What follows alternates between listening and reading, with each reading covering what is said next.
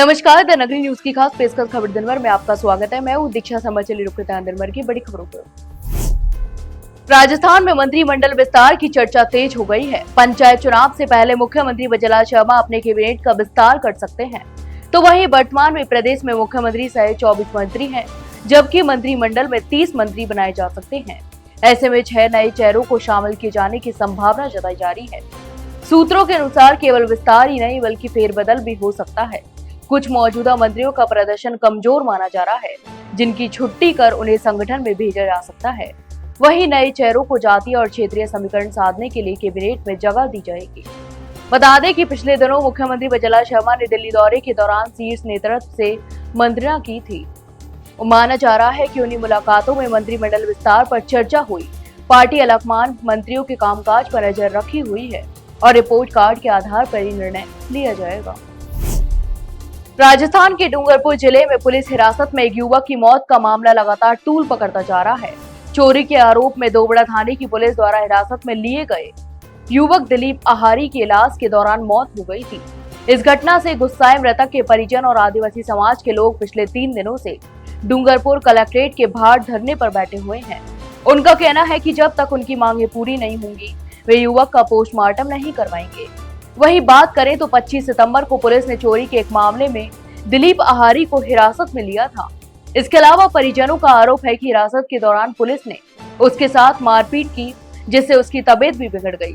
बता दें कि उसे पहले डूंगरपुर अस्पताल में भर्ती कराया गया और बाद में 26 सितंबर को उदयपुर रेफर कर दिया गया। राजस्थान में शिक्षा संस्थानों में राष्ट्रीय स्वयंसेवक संघ के कार्यक्रमों को लेकर बड़ा विवाद खड़ा हो गया है। कांग्रेस की छात्र इकाई एनएसयूआई ने आरोप लगाया है कि शिक्षा के मंदिरों को राजनीतिक अखाड़ा बनाया जा रहा है। इस मुद्दे को लेकर मंगलवार को एनएसयूआई कार्यकर्ताओं ने शांतिपूर्ण विरोध प्रदर्शन किया, लेकिन इस दौरान स्थिति तनावपूर्ण हो गई। कार्यकर्ताओं का कहना है कि विरोध करने पर आरएसएस से जुड़े लोगों ने उन पर लाठीचार्ज किया, जबकि पुलिस मूक दर्शक बनी। एनएसयूआई नेताओं ने कहा कि शिक्षा का उद्देश्य ज्ञान और संस्कार देना है, न कि किसी विचारधारा का प्रचार करना। उनका आरोप है कि आरएसएस लगातार स्कूलों और कॉलेजों में अपने कार्यक्रम आयोजित कर रही है और छात्रों पर अपनी विचारधारा थोपने का प्रयास भी कर रही है। विरोध करने वाले छात्रों का कहना है कि इस तरह के आयोजन लोकतांत्रिक और शैक्षणिक मूल्यों के खिलाफ है। राजस्थान में निःशुल्क दवा योजना के तहत दी जा रही खांसी की दवा से बच्चों की तबीयत बिगड़ने और मौत का मामला लगातार तूल पकड़ता जा रहा है। सीकर जिले के श्री माधोपुर में सिरप पीने से 5 वर्षीय बच्चे की मौत हो गई, जबकि जयपुर, भरतपुर और सीकर में कई बच्चों की हालत भी गंभीर हो गई। जयपुर की दूदू निवासी 2 वर्षीय यशवी आईसीयू में भर्ती है और जिंदगी के लिए जूझ रही है। मामला डेक्स्ट्रोमोर्थोफन हाइड्रोब्रोमाइड सिरप से जुड़ा है, जिसकी सप्लाई इस साल जून से हो रही थी। आश्चर्यजनक रूप से परिजनों की शिकायत पर दवा को चखने वाले डॉक्टर 2 ड्राइवर भी बीमार हो गए। डॉक्टर को निजी अस्पताल में भर्ती कराना पड़ा। तो वहीं राजस्थान के उप मुख्यमंत्री दया कुमारी ने जोधपुर में कहा कि सरकार इस मामले को बेहद गंभीरता से ले रही है। उन्होंने कहा कि अगर लॉन्च में कोई भी अपराध साबित होता है तो दोषियों को बिल्कुल बख्शा नहीं जाएगा, सख्त कानूनी कार्रवाई भी की जाएगी। राजस्थान की राजनीति में हाल ही में सुर्खियों में आए और एसडीएम को थप्पड़ मारने की घटना के बाद चर्चा में रहे युवा नेता नरेश मीणा एक बार फिर सुर्खियों में है। बता दें कि सवाई माधोपुर जिले के डूंगरी और भूरी पहाड़ी गांव पहुंचे, जहां डूंगरी बांध को लेकर ग्रामीणों की आम सभा आयोजित की गई थी।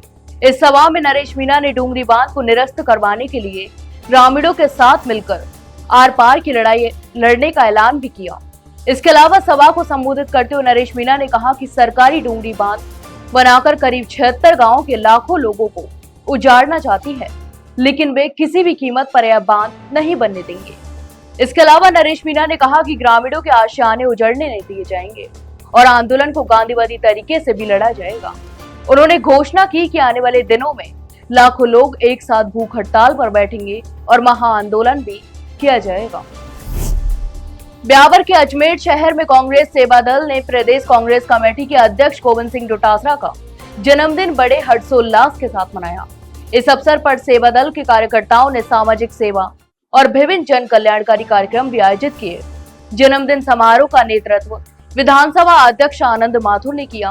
कार्यक्रम के दौरान कार्यकर्ताओं ने केक काटकर खुशी का इजहार किया और एक दूसरे को मिठाई खिलाकर डोटासरा के जन्मदिन की खुशियां भी साझा की।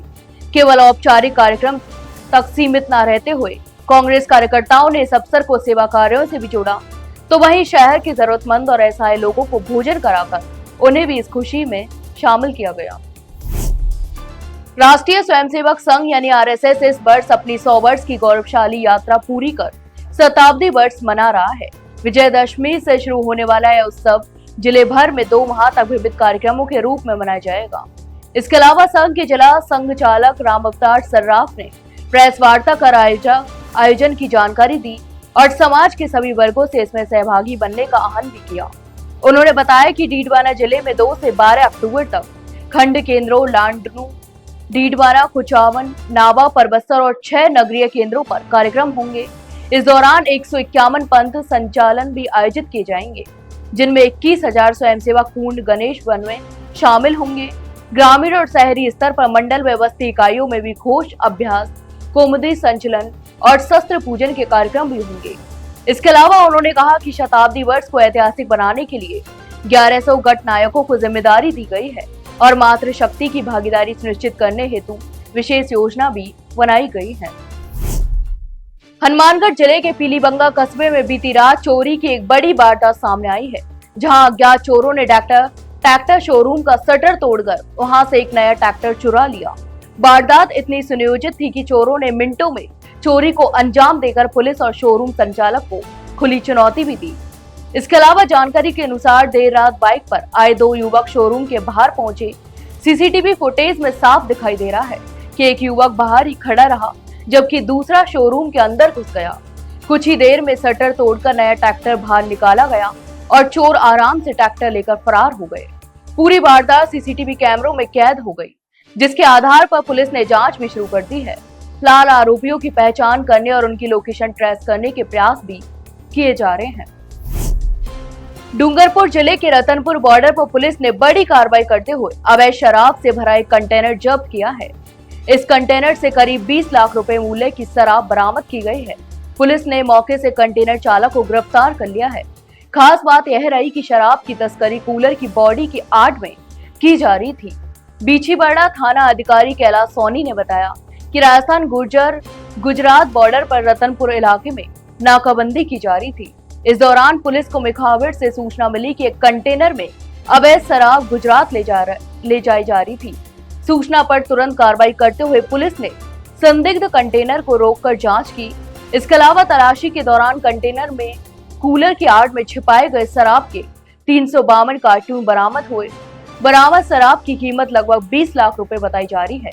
पुलिस ने मौके से चालक कालू सिंह को गिरफ्तार कर लिया है।